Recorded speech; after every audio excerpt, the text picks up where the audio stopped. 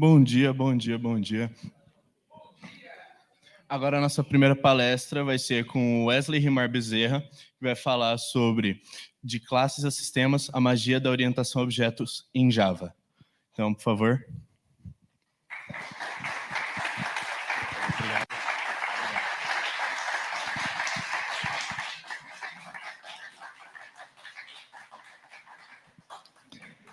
Bom dia, galera, tudo bem? Não, tá muito fraco. Bom dia. Ah, melhorou. Fiquei sabendo que a galera aqui do primeiro ano é super animada. Não sei, aqui todos são do primeiro ano ou tá misturado? Ah, boa. Então, é legal ver aí o ânimo de vocês. E, pessoal, me apresentando rapidamente, não sei se já está aparecendo os slides para vocês, ainda não? Aí, maravilha. Sou Wesley, estou na área de tecnologia. Vou dizer tecnologia porque são muitos campos dentro dessa área, e estou desde 2005. Comecei a estudar em 2004, um pouco sobre programação, e fui mesclando a minha vida inteira dentro de educação e um pouco de indústria, com mercado e tudo mais. Então, esse é um pouco da minha experiência dentro de todos esses anos. E aí, quando foram apresentar aqui, falando da palestra, já me deram uma baita pressão, né, dizendo que todos os professores estão aqui, eu já vi um professor ali olhando. Então, para a gente começar, eu gostaria de alinhar algumas expectativas com vocês. A primeira coisa é, o teor, né, o conteúdo do que eu vou trazer para vocês aqui, ele é introdutório. Então, se você ainda não ouviu, está no primeiro ano, nunca ouviu falar sobre orientação a objetos, esse conteúdo é para você. Se você já está em algum outro ano da faculdade, já viu um pouco de orientação a objetos em algum momento, esse conteúdo também é para você. Por quê? Pode ser que você, com a correria do dia a dia, tenha esquecido aí conceitos fundamentais sobre esse paradigma de programação. E também já um outro ponto, alinhando também, a ideia não é falar que orientação a objetos é melhor que programação estruturada, ou melhor que programação funcional, ou melhor que qualquer outro tipo de paradigma. É apenas apresentar para vocês essa abordagem, que é bem conhecida, ela existe há muitos anos, e até hoje ela é muito utilizada dentro da indústria de software, e também dentro é uma excelente maneira de explicar programação para quem está aprendendo. Então, dito isso, gostaria de confirmar se estamos alinhados. Tudo bem? Estão comigo aí? Maravilha. Bom, eu gostaria de começar trazendo uma analogia com uma coisa que eu gosto muito, desde criança, sempre gostei de montar coisas ou desmontar. Às vezes pegava brinquedos, carrinhos, e abria esses carrinhos, e montava de novo, sobrava peça. Não sei se já aconteceu com algum de vocês aqui. Mas eu sempre gostei dessa facilidade que é montar e construir coisas, né? Então, eu gostaria de trazer uma analogia para vocês com base no Lego. Alguém aqui já brincou de Lego alguma vez na vida? Boa, maravilha. Então, gostaria que vocês começassem pensando em um jogo de Lego, e onde você tem diferentes peças, cada uma com sua forma e função, beleza? Então, aqui a gente tem alguns exemplos aí de algumas peças que geralmente são utilizadas. Tá certo que na imagem do Google que eu achei, são praticamente iguais, né? Mas finjam que são imagens diferentes aí. Bom, com peças como essas, o que nós podemos fazer? Nós podemos construir uma série de coisas, né? E eu acho que é justamente essa a ideia do Lego, que é poder trazer essa possibilidade que você tem de criar basicamente qualquer coisa com essas peças que se encaixam. Então, vamos imaginar que você vai construir uma casa, certo? Com essas peças, uma casa, claro, um tamanho correspondente às peças Lego. Então, você vai começar a desenvolver as paredes dessa casa, as portas, as janelas, o telhado, tudo isso com esses blocos, essas peças que você vai encaixando. E aí a gente poderia talvez ter uma imagem de uma casa como essa. É claro que você precisaria ter as peças que dão forma a essa casa. Bom, eu gosto de pensar a programação como Lego. E essas peças como objetos. E a gente vai entender isso melhor a partir de agora, tá? Então, com programação, a gente pode construir coisas. E é justamente essa a ideia, por isso que eu acho que essa é uma analogia tão fácil de entender, o conceito de orientação a objetos, porque é algo que você já vivenciou alguma vez na vida e você pode trazer isso para o universo computacional. Então, da mesma forma que você pode construir uma casa com peças Lego, você consegue construir software com objetos, tá? Então, basicamente, a gente usa objetos que são como pedaços de código que vão ter ali as suas próprias funções e características, claro, que são parte fundamental do conceito de orientação a objetos. Até aqui, tranquilo, gente? Tranquilo? Estão comigo, né? Beleza.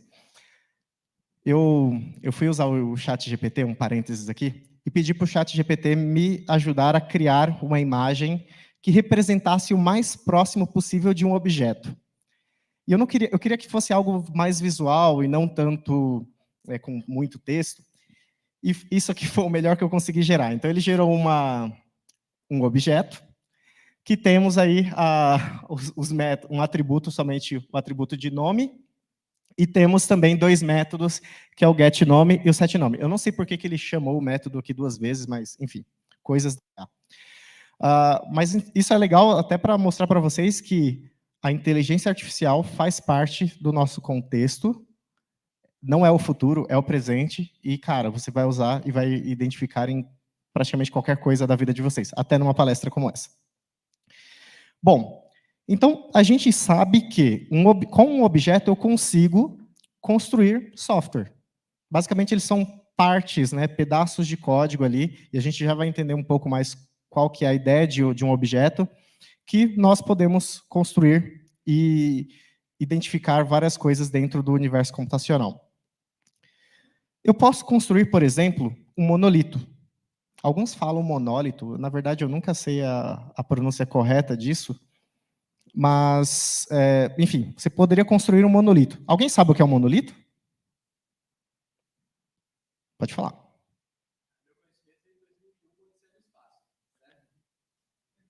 Tá. Beleza, serve, manda.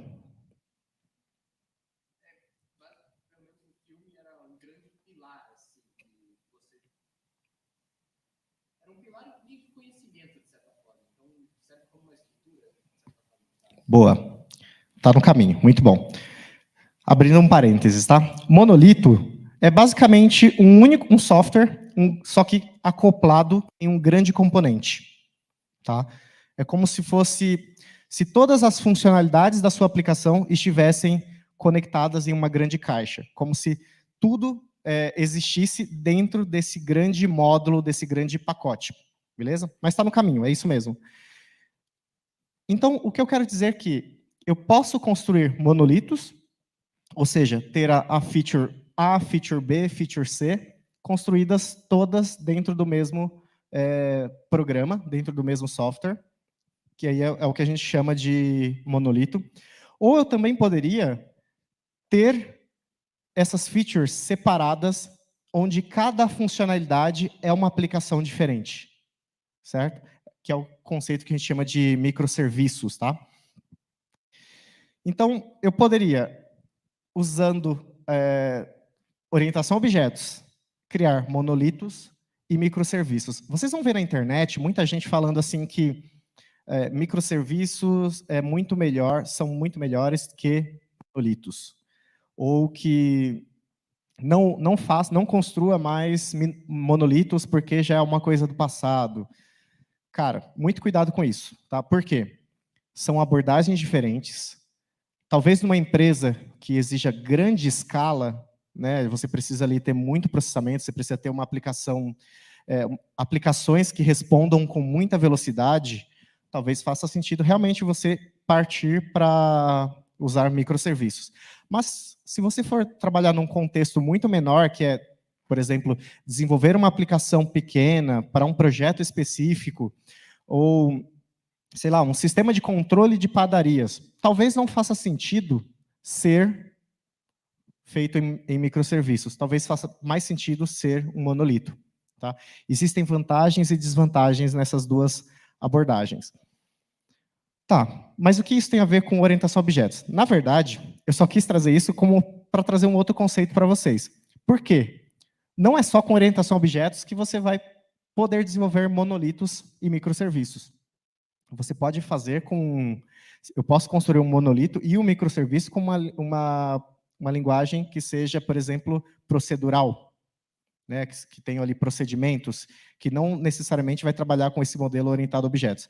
Mas eu quis trazer apenas como um exemplo, para você entender um pouco do alcance e do uso da orientação a objetos dentro da programação. Bom, inclusive mencionar, né, tem outras linguagens como a linguagem Go. Alguém já ouviu falar aqui? Golang? Sim? A linguagem Go, ela é muito forte, ela está crescendo cada vez mais e ela não é orientada a objetos. Inclusive, ela simula algumas coisas da orientação a objetos, implementa de uma maneira diferente, mas ela não é. E ela é muito boa para quem vai desenvolver microserviços, porque ela tem um conceito de concorrência que faz com que, enfim, você consiga executar mais processos ali ao mesmo tempo. Bom, isso eu só estou mencionando para vocês verem que são apenas abordagens, tá? E propósitos distintos. Então, não necessariamente eu utilizar orientação a objetos vai ser a melhor coisa em todas as situações, beleza? Isso é muito importante, sempre analisar o contexto, o cenário, e a partir disso, decidir qual abordagem, qual tecnologia você vai utilizar. É como, por exemplo, algumas pessoas que acabam defendendo uma determinada linguagem à outra. Ah, eu programo em Python. Você programa em C, é muito antigo. Cara, é questão de propósito e uso, né? Então, não existe uma linguagem melhor que a outra. Existe, sim, a linguagem melhor para determinado propósito. Ou seja, talvez usar a linguagem Go seja melhor em uma determinada situação em que exige uma escalabilidade absurda, né, do que, por exemplo, usar, não sei, vou colocar como exemplo aqui o Python. Tá? São ótimas linguagens, mas têm os seus propósitos. Isso é importante também ter em mente. Tá? Bom, e é nesse contexto todo que entramos aí com o conceito de classes. Beleza? Já ouviram falar em classes? Não sala de aula.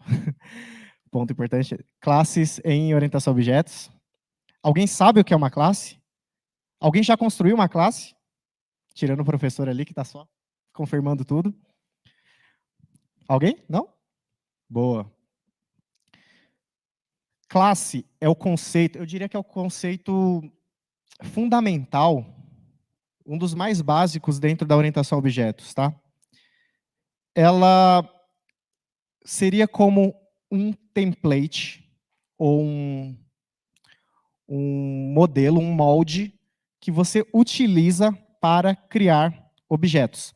Trouxe uma definição aqui, né, que uma classe é um template, algo como a planta de uma construção, a partir da qual os objetos são criados, certo? Então, essa é a primeira coisa que eu gostaria de diferenciar. Não interprete uma classe como sendo um objeto, porque ela não é. A classe, a partir dela, você cria objetos. Ela dá as diretrizes de como deve ser um objeto, de como ele deve ser criado, quais são as suas características, quais são os seus comportamentos. Se a gente for analisar, eu tenho aqui uma imagem, não sei se vai dar para ler, talvez o pessoal que está assistindo online vai conseguir ter uma visão melhor aí. Mas essa imagem aqui, eu não lembro a data, mas 1961, 24 de outubro. Esse foi o pedido, a solicitação de abertura de patente para as peças Lego, feita pelo seu criador, e o nome dele está aqui, que eu não lembro também, é Kirk Christiansen, alguma coisa assim. Ele é o cara que criou, fundou aí a Lego, e ele fez esse modelo de patente. Aqui, para essas peças, ele tem quais são as medidas, quais são as características que essa peça deveria ter. Ou seja, qualquer construção de peças que deveriam seguir esse padrão. Né? Claro, as que são geradas a partir desse molde aqui. Então, por que eu trouxe essa imagem? Para mostrar para vocês que uma classe seria como isso. Isso aqui é uma peça Lego? Sim ou não? Estão com medo, hein, galera? Não, não é uma peça Lego, né? Isso aqui é um desenho, né? É uma forma que exemplifica como essa Lego deveria ser, beleza? Mas não é a peça em si. Se você segue exatamente esse molde, se você, por exemplo, está construindo uma casa, você tem a planta da sua casa, vamos dizer que aquela planta é a sua classe. Por quê? A partir daquela informação, daquelas medidas, de como deve ser feito, de como deve ser construído, o posicionamento das coisas, toda a característica da casa está definida naquele documento, e aí sim, a partir disso, você consegue construir o objeto real, que é a casa. A mesma coisa funciona aqui. Então, a classe é isso. Então, a partir de uma classe, nós conseguimos construir os objetos. Ok, eu mostrei ali um exemplo para vocês, né, de casa, a gente construindo e tal, mas o que é um objeto? Dentro da programação orientada a objetos. Quem arriscaria dizer aí? É uma? O que é uma instância de uma classe? Boa. Exatamente isso, é uma instância de uma classe. É basicamente o momento que você crava na memória ali a existência daquele objeto. Em Java, depois a gente vai ver, eu quero mostrar ali um pouco de como é feito, você tem algumas maneiras que você pode usar para criar um objeto. Mas, quando você tem ali a existência do objeto, você já pode chamar isso de instância. Então, é como se na memória já estivesse reservado um espaço contendo aquelas características que a classe definiu. Então, a classe define ali, a gente vai entender melhor, os atributos, né, as propriedades e os comportamentos. E esses atributos e comportamentos são absorvidos, são utilizados pelo objeto. Quando eu falo os atributos, eu estou me referindo às características desse objeto. Por exemplo, vamos imaginar um objeto carro, certo? Que é criado a partir de uma classe carro. E um carro, o que ele pode ter de características que você identificaria de imediato, olhando? E que sejam comuns a qualquer carro. 4 rodas, pode ter alguns ali que tem uns 3, né? Enfim, 4 rodas, vai. A placa, né? Cor, modelo, ano, o que mais? Marca, motor. Tem carros que têm um mecanismo diferente de implementação, mas não importa se eu estou falando de um Fusca, ano 53, ou de uma Ferrari, né, 2024, elas têm ali as mesmas características. Tá? Então, os objetos, eles dão características às coisas que são criadas a partir da classe. Beleza. E os métodos? Quem sabe me dizer o que são os métodos? São funções, são os comportamentos daquela classe, daquele objeto, na verdade, né? Então, por exemplo, se a gente fosse analisar dentro de um veículo, de um carro, a gente poderia ter... Que comportamento eu poderia ter dentro de um carro? Que o carro poderia ter, perdão. Acelerar. Como? Sim, dar partida. Não sei se seria exatamente porque aí dependeria de uma ação externa, né? Mas beleza, pode ser. Mas enfim, a gente consegue entender que são os comportamentos daquele objeto, certo? As ações daquele objeto. Então, essa é um pouco da definição mais básica de classes e objetos. Então, aqui só um pouco do que eu falei agora, né? Um objeto é uma entidade que possui estados e comportamentos. Os estados nos dizem como o objeto se parece ou quais propriedades ele possui. E o comportamento nos diz o que o objeto faz. Beleza? E eu trouxe um exemplo aí de código, não sei se vai dar para ler, mas é uma classe bem simples, uma classe pessoa, que ela tem um único atributo aqui, justamente para caber no slide, o atributo nome, e ela tem 2 métodos, certo? Que representam ali o seu comportamento, os seus comportamentos, que são o método getNome e o método setNome. Através do método get, eu consigo retornar o valor, né, que está armazenado dentro do nome, e através do método set eu consigo alterar esse nome, beleza?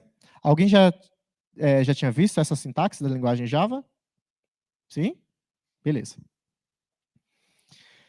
Bom, então a ideia principal da programação orientada a objetos é organizar o código de forma que seja mais fácil de entender e manter. É como se você tivesse que dividir um grande problema em partes menores e, claro, que sejam mais gerenciáveis, né, por assim dizer. Então, vou dar um exemplo aqui para vocês, né? Um jogo de computador, você pode ter objetos para representar personagens, inimigos, itens. Cada objeto teria ali as suas próprias características, como a saúde de um personagem, por exemplo. E métodos como mover o personagem pela tela. Isso poderia ser um bom case aí de exemplo prático de orientação a objetos. Bom,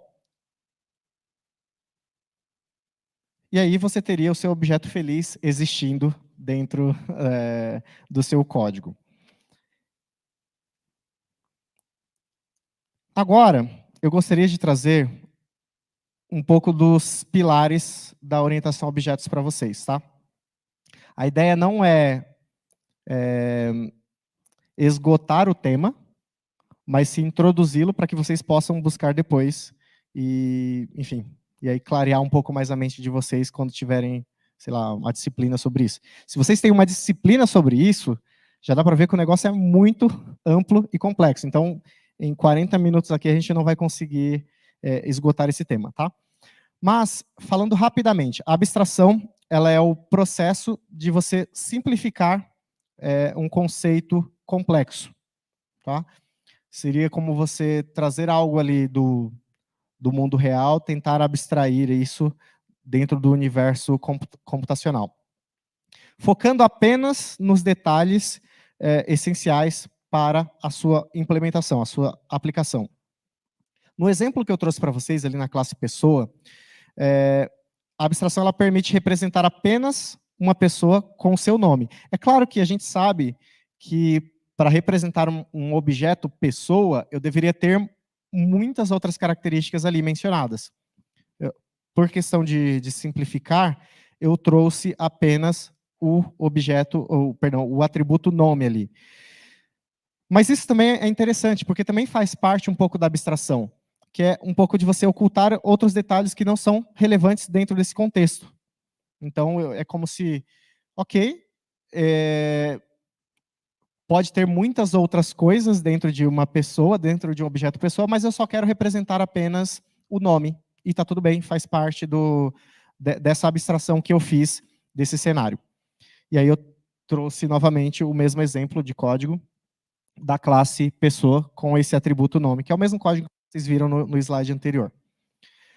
Beleza. Esse é o primeiro pilar, tá? E geralmente é o pilar que a gente mais aplica, eu diria, quando está começando a aprender, que é começar a modelar esses objetos, né? Carro, quando a gente está estudando algoritmos, começando a programar, a gente começa com esses exemplos mais simples a modo de estudo. E depois você vê que a abstração ela chega a ser muito complexa em um nível que você tem que abstrair coisas assim que é difícil identificar somente numa primeira análise, tá? Beleza. Temos outro conceito, outro pilar aí que fortifica ainda mais a orientação a objetos, que é o encapsulamento. E basicamente ele envolve você esconder os detalhes íntimos de uma implementação de uma classe. E claro, ele fornece também um acesso mais controlado aos dados. Um exemplo simples. Você, sendo um motorista de um carro, você vai dirigir um Fusca e você vai dirigir uma Ferrari. A forma como é implementado o mecanismo de aceleração de um Fusca é diferente de como é implementado em uma Ferrari, certo? Concordam? Mas o resultado não é absolutamente o mesmo, você acelerar o carro? É claro que a potência e outras coisas aí que a gente poderia considerar. Mas, simplesmente, falando no ato do carro movimentar-se para frente. Acelerar, eu tenho um método acelerar. Para quem vai usar esse método, pouco importa como que está implementado lá dentro. Certo? Eu não quero saber como está implementado o método, eu sou motorista, só quero dirigir o carro. Então, ele vai ter maneiras distintas de se implementar, mas o resultado final ali é o mesmo. Isso também é um benefício muito grande, porque eu posso mudar de carro e, em teoria, o método acelerar deveria funcionar da mesma forma. Tá? Então, o encapsulamento ele permite que você proteja os dados, a implementação como ela é. E como que eu acesso esses dados, então? Uma das maneiras é utilizando os métodos getSet.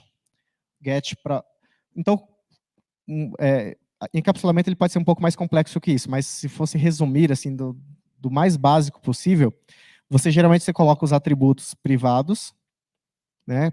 Eles não podem ser acessíveis fora da classe. Você vai usar ali um modificador chamado private. E como que eu acessaria então esse atributo? Como que eu alteraria o valor dele? Usando os métodos getSet. Como eu mostrei para vocês naquela imagem que a gente tinha da classe pessoa com o método getNome e o setNome. Tá? Então, ele vai te dar ali um controle de acesso aos dados internos. E aí o exemplo, que é o que eu mostrei agora há pouco, né, do atributo nome, acessado apenas via getNome e setNome. Isso fora da classe, tá? Se eu estou de uma outra classe tentando acessar o atributo nome da classe pessoa, diretamente eu não consigo, porque ele vai estar como privado. Então, eu teria que ter um método público que eu consiga acessar de fora para poder fazer alteração ou leitura desse atributo. Tá? E aqui, novamente, a gente vê a mesma classe, só que aí agora talvez vai fazendo um pouco mais de sentido se alguém não entendeu no começo. Bom, esse, então, é o encapsulamento. De forma bem resumida, tá, galera? Agora tem um que é um dos que eu mais gosto. Vamos lá. Eu estou falando de pessoa, eu estou usando um outro exemplo, e estou usando Lego, tudo misturado, mas eu acho que vai fazer sentido ao final. Um Fusca. O que é um Fusca? É um carro. O que é uma Ferrari? É um carro. Você concorda comigo que, independentemente da forma de implementação, dos mecanismos internos, vão ser carros? Ambos. Eles compartilham coisas em comum? Sim? Eles compartilham o quê? Algumas características, alguns atributos, e eles compartilham também algumas ações. Claro que há coisas que são muito específicas, que só quem teve um Fusca vai entender, e há coisas muito específicas de quem tem uma Ferrari vai conseguir entender. Beleza. Por que eu estou falando disso? Porque a gente vai entrar num conceito muito interessante que é a herança. E geralmente a gente diz que é uma relação de E1, ou seja, que esse objeto, por exemplo, o carro, né? Um Fusca é um carro, uma Ferrari é um carro, certo? Então, essa seria a relação direta que a gente poderia dar. Então, com a herança, você vai conseguir novas classes a partir de uma superclasse. Aí você vai ver alguns termos, alguns chamam de classe mãe, outros classe pai, ou superclasse, enfim, o termo que você queira utilizar. Você vai conseguir criar subclasses que herdam, justamente o conceito de herança, herdam as características da classe, da superclasse, da classe base, tá? Então, se a gente for analisar, um benefício grande aí, reutilização de código entre classes. Por quê?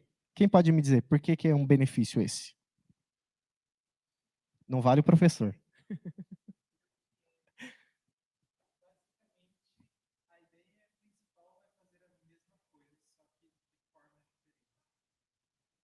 Quase. O que acontece? Eu tenho características. Lembra que eu falei, né? Que Fusca e Ferrari são carros. Eles têm características comuns, que são compartilhadas. Essas características comuns, eu posso mantê-las na classe principal, na classe base. E a partir disso, por exemplo, vamos imaginar aqui, cor, ano e modelo. São comuns a qualquer um dos carros, certo? Eu posso deixar esses atributos dentro da classe, da superclasse chamada carro. Eu posso criar depois uma classe chamada Fusca e colocar detalhes específicos de um Fusca somente nessa classe filha, né? Que seria a subclasse. Só que essa classe Fusca, ela vai herdar os métodos e os comportamentos e atributos da superclasse. Então, dentro da classe Fusca, eu ainda assim posso ter um objeto que vai ter ano, modelo e cor, eu acho que eram os três que eu usei como exemplo, e outros detalhes específicos de um Fusca. Sei lá, funciona sem motor, coisas nesse sentido, né? E a mesma coisa, eu poderia ter uma outra classe Ferrari, que vai ter os mesmos atributos comuns que são compartilhados, mas, além disso, vai ter ali, como posso dizer, atributos e comportamentos específicos somente para a Ferrari. Beleza? Essa é a ideia da herança. E por que o conceito de reutilização de código aqui? Porque, cara, não sei se vocês conseguem visualizar isso comigo. Eu não vou precisar repetir cor, ano e modelo na classe Fusca, e nem vou precisar repetir cor, ano e modelo na classe Ferrari, porque elas já vão trazer isso, já vem herdado da herança da classe principal. Isso é uma baita reutilização de código, concorda? Você já está reaproveitando ali algo que já foi criado, você não precisa criar novamente, e você apenas traz isso dentro das suas classes mais específicas, as classes derivadas, né? Então, você cria subclasses a partir de uma classe base, e você tem a especialização de características de classes da classe base. E aí um exemplo, eu gostaria de trazer ali a classe estudante herdando da classe pessoa. Como que seria nesse código? A gente tem aqui a classe estudante, e aí dentro do Java você usa essa palavra extends, que é para dizer que é uma herança. Então, a classe estudante, ela estende de pessoa, a classe pessoa, a pessoa é a principal. Por quê? Um estudante é uma pessoa, certo?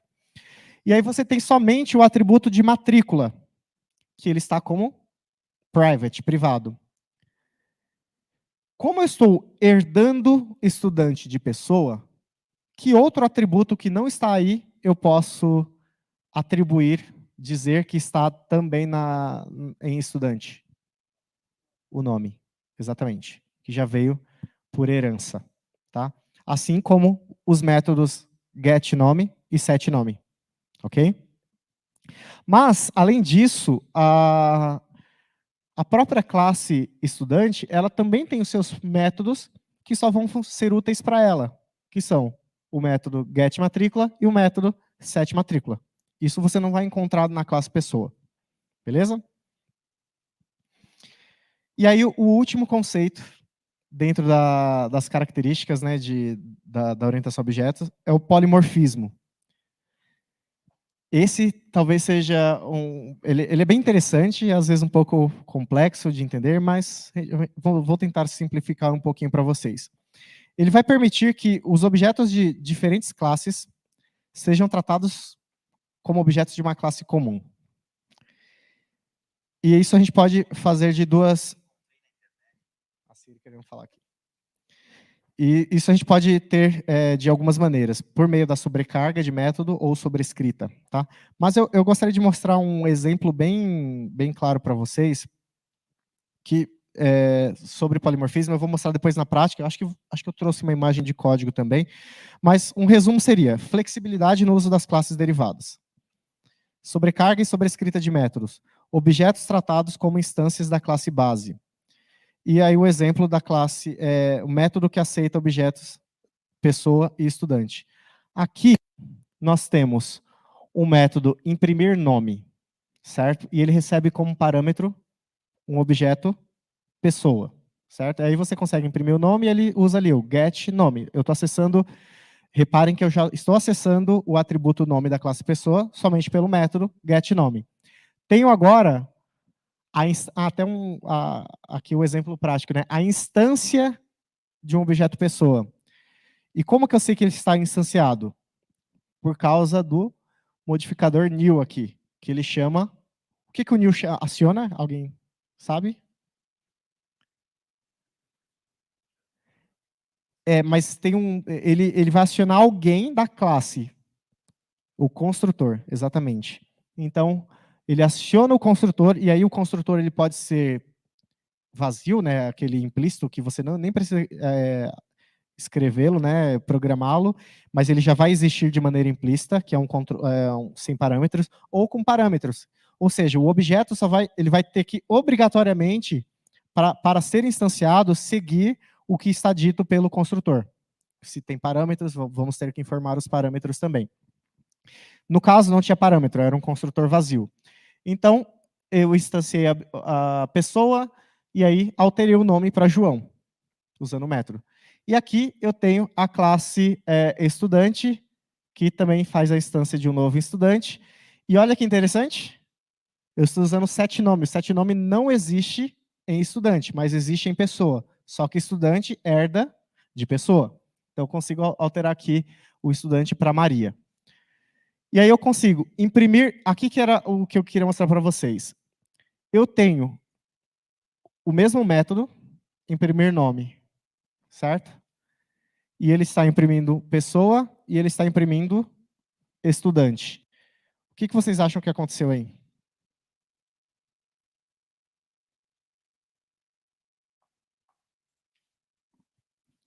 É um polimorfismo?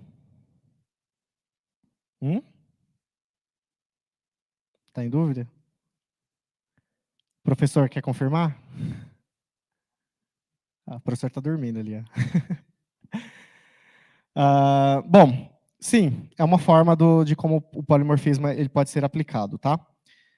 E aí, eu já estou caminhando para o final, tá, gente? Eu quero mostrar depois o código para vocês, mas eu queria mostrar aqui, não vou ler tanto sobre isso, mas você tem aqui vantagens e desvantagens da orientação a objetos como um todo, tá? Então, vantagens, né? Ele é modular, facilita a manutenção e evolução do código em módulos e independentes, reutilização de código, que eu já mencionei para vocês, segurança com encapsulamento, porque você tem um controle do acesso aos dados, né? E, claro, é muito útil para quem está trabalhando em equipe. Se você está programando várias pessoas no mesmo repositório, a orientação a objetos também ela é um pouco mais simples nesse sentido, tá? Como nem tudo são flores, pode ser mais complexo de entender ou de fazer alguns tipos de abstrações, como eu falei para vocês, que às vezes você vai precisar de uma análise muito maior. Overhead de herança, então, cara, às vezes você vai criar umas dependências muito rígidas entre classes que não é necessário, talvez você poderia ter usado uma outra abordagem. A sobrecarga de código, né, excesso de getSet. Se você já viu um código Java ali com muitos atributos, você tem muito getSet, cara, é uma coisa assim, gigantes. Aí você fala assim, meu, eu fiz um código aqui de, sei lá, 500 linhas. Aí você vai ver 400 é getset. Inclusive, quem trabalha com o Spring, por exemplo, que é um framework, você tem ali algumas bibliotecas que você pode usar, como o Lombok, por exemplo, que vai abstrair isso ainda mais. Então, você não precisa definir os getsets, você pode apagá-los todos e usar duas anotações ali, getter e setter, e você já vai ter ali o uso de todos esses getsets implementados de maneira implícita. Só que veja, ele não está visível no seu código, mas ele existe porque ele foi implementado. Então, também tem que avaliar se usar uma biblioteca externa dentro do seu código faz sentido também. Porque às vezes você está colocando um canhão para matar uma formiga. Tá? Então, tem essas coisas a pensar também. E pode ter baixa performance ali em alguns casos, tá? Porque polimorfismo e herança vão ali, tem a tendência a consumir um pouco mais de recursos. E aqui eu estou falando para qualquer linguagem, tá? Não é Java. Que aí, já para tirar o mito da galera que fala que o Java é lento. O Java não é lento, tá, gente? Java não é lento. No começo da história teve ali os seus momentos de dor, tá? Mas hoje ele é considerado uma linguagem muito rápida e sempre está entre as primeiras ali. Eu super recomendo quem gosta de conhecer um pouquinho mais. Beleza? Então, isso é um pouco das vantagens e desvantagens. E aí, né? Falou e não mostrou nada na prática, né? Que apresentação é essa, então? Bom, então por isso eu gostaria de mostrar um pouquinho. Quanto tempo eu tenho ainda? 15, acho que dá tempo suficiente. Gostaria de trazer um pouquinho para vocês, mostrando na prática o código em ação, tá? Mas antes, quero mostrar só esse próximo slide, peraí. Eu me perdi aqui nas abas. Um minuto. Aí. Quero mostrar isso aqui. Não sei se vai dar para ler, mas é um exemplo. Depois eu entrego os slides para vocês, tá? Eu acho que eu já até dei para alguém, mas aí, depois, se quiserem, eu posso passar para vocês. Basicamente, tá muito ruim para ler, mas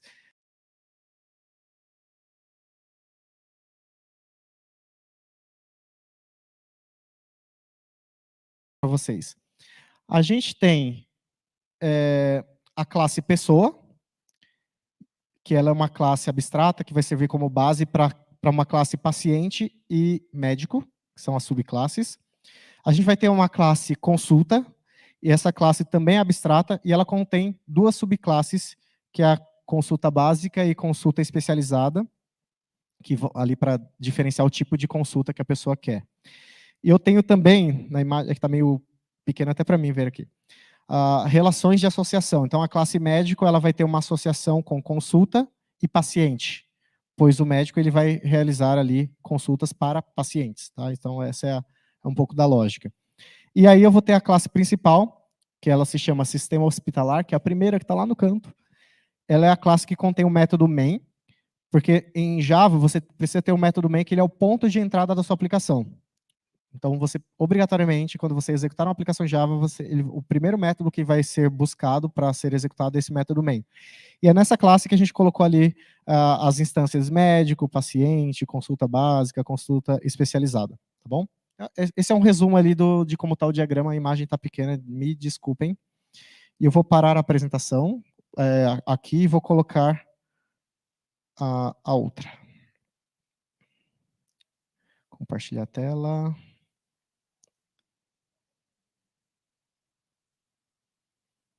Eu não sei se já está aparecendo para vocês. Aí. Dá para ver, gente? Mais ou menos? Cara, você me pegou no IntelliJ. Eu não, o IntelliJ não sei como faz aqui para aumentar. Aqui? À esquerda?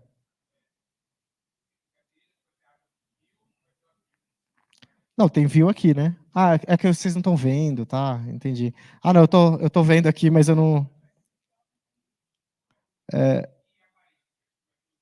é isso aí. É isso aí. Boa, boa, boa, boa, garoto. Muito bem. Acho que ficou muito grande, né? Tá melhor assim? Melhorou um pouquinho ou mais? Vamos de novo lá. Calma aí, aparência. Olha aí, vivendo e aprendendo, hein, cara. 150. Dá? Bom, essa aqui é uma aplicação bem simples, tá? Na verdade, ela não tá, eu não tive a preocupação aqui de colocar para vocês, por exemplo, organização das pastas. Eu só realmente criei aqui as classes e fiz a comunicação entre elas. Então não se preocupem em relação a isso agora, seria um assunto para outro espaço. Mas gostaria de mostrar um pouquinho aqui, nós temos as classes, tá? Deixa eu só diminuir um pouco aqui. Então a gente tem a classe pessoa, ela tem 2 atributos aqui, ó, nome e idade, privados, ou seja, eles só podem ser utilizados dentro dessa classe e podem ser acessados pelo mundo exterior através dos seus respectivos métodos getNome, getIdade, que são os métodos que a gente vai trazer para acessar de fora. Lembra que eu falei do construtor? Que quando você vai instanciar uma classe, você vai usar o new lá, e ele vai instanciar um objeto, perdão. E você vai usar o new, ele vai acionar um construtor da classe. É esse carinha aqui. Ou seja, no momento que você estiver criando o objeto, ele vai pedir para você obrigatoriamente informar nome e idade. Vejam aqui, né? É que eu não estou instanciando direto, mas beleza, aqui, ó, nome e idade, por exemplo, né? É que aqui tem outras coisas mais que são adicionadas, depois a gente vê em mais detalhes. Então, esse aqui é um construtor com parâmetros. Beleza. Na classe paciente, ela é uma classe que herda de pessoa, certo? Então, ela tem nome e idade mais sintoma, beleza? Que é o atributo específico dela. E aqui ela também tem o seu construtor paciente, que pede nome, idade e sintoma. Inclusive, aqui no sistema hospitalar, eu não estou usando pessoa, eu estou chamando diretamente o construtor da classe paciente, tá? Beleza, e aí, mesma coisa, tem o método aqui getSintoma, e tem um método aqui chamado mostrarInfo. Aqui eu estou aplicando um pouco do polimorfismo dentro, tá? Beleza, temos aqui também o método, a classe médico, que também estende de pessoa, e ela tem um atributo chamado especialidade, certo? Tenho o construtor próprio da classe médico, que além de nome e idade, tem especialidade. E aqui, novamente, eu tenho o mostrarInfo, ele é implementado de uma forma diferente. E tenho o método realizar consulta, tá? E esse método realizar consulta, ele precisa de um paciente e da consulta em si que eu quero agendar. E aqui ele vai mostrar depois as informações do médico, né? Aqui, ó. Esse mostrarInfo aqui é sobre o médico, então ele traz as informações sobre o médico e a especialidade dele, e vai executar ali a consulta em si, beleza? E aí temos outra herança, que é a classe consulta, que tem esse método executar, e a classe consulta básica, que também tem esse método executar. Vejam que o método executar existe nas duas classes, mas ele é implementado de forma diferente. Aí é o exemplo do polimorfismo, tá? E aí, se a gente executar isso, e aqui na classe principal a gente tem as instâncias, né? Eu tenho aqui a classe paciente, instanciando o primeiro paciente, né? João Silva, 30 anos, dor de cabeça intensa. O médico que vai fazer ali a especialidade básica, né? Que é o clínica geral, eu instancio chamando o construtor de cada um deles, tá? Chamando o construtor de médico, a doutora Maria, idade 45, especialidade clínica geral. E o médico especialista aqui, Dr. Paulo, neurologia, por exemplo, idade 50. Então, a gente só colocou aqui duas formas de como você chamar esse objeto, gerar esse objeto. E aqui, você cria as consultas. Eu criei dois objetos aqui, um consulta básica e um consulta especializada. E aqui, o médico básico, que é o primeiro, ele vai acionar o método realizar consulta, só que passando o paciente e a consulta básica como parâmetro. E o médico especialista vai realizar a consulta também, passando o paciente e a consulta especializada. E aí, se a gente executar isso, ele já executou, mas agora eu tenho que trazer para cá o... Não quer me... acho que vou ter que diminuir o zoom, hein, galera? Espera aí. Vamos ver. Vou colocar aqui um pouquinho de zoom um pouquinho menor. 100. E agora sim, eu vou arrastar para cima. Vou tentar dar o zoom novamente. Será que vai pegar aqui? Aí, bom. E aqui eu tenho as saídas no console, tá? Realizando consulta dos dois, né? O médico, a doutora Maria e o doutor Paulo. E aí você vai ver que aquele método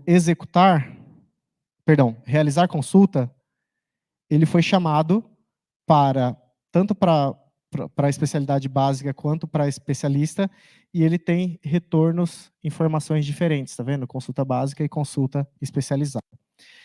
Gente, isso aqui é só uma ideia, só um pouquinho de como pode ser aplicado aí a orientação a objetos. Como eu falei, a ideia não é trazer isso de maneira aprofundada, é só trazer o conceito para que vocês possam estudar e ir além com isso. E eu acho que é isso. Tentei passar de forma rápida aí os 4 pilares e um pouquinho sobre a orientação a objetos e por que ela é bem importante na área. Beleza? Valeu, gente. Obrigado.